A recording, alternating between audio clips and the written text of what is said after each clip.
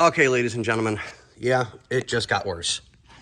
Well, as I'm getting ready to do everything and I'm routing everything where it needs to be, got the horn hooked up and wired into place, and I'm working on getting the headlights plugged in and everything. I'm like, you know what, let me reroute this because I want it to be, in its proper holders. And sure as can be, let's see if I can show you guys. Sit right, come on. I don't know if y'all can see that. That is burned up wiring. Yay. So I come back just a little bit and we find more. So, yeah, lovely.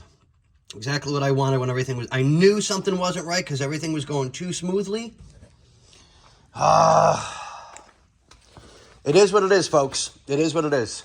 There's nothing I can do. I can't change the damage that was done. But we'll get it. I'll talk to the... Stop it, phone. Zoom in. There we go. Yes, we use heat shrink on our connectors to make sure they're nice and tight and safe. Okay, well, it's just going to be one of those days, guys. It's going to be a long one. All right.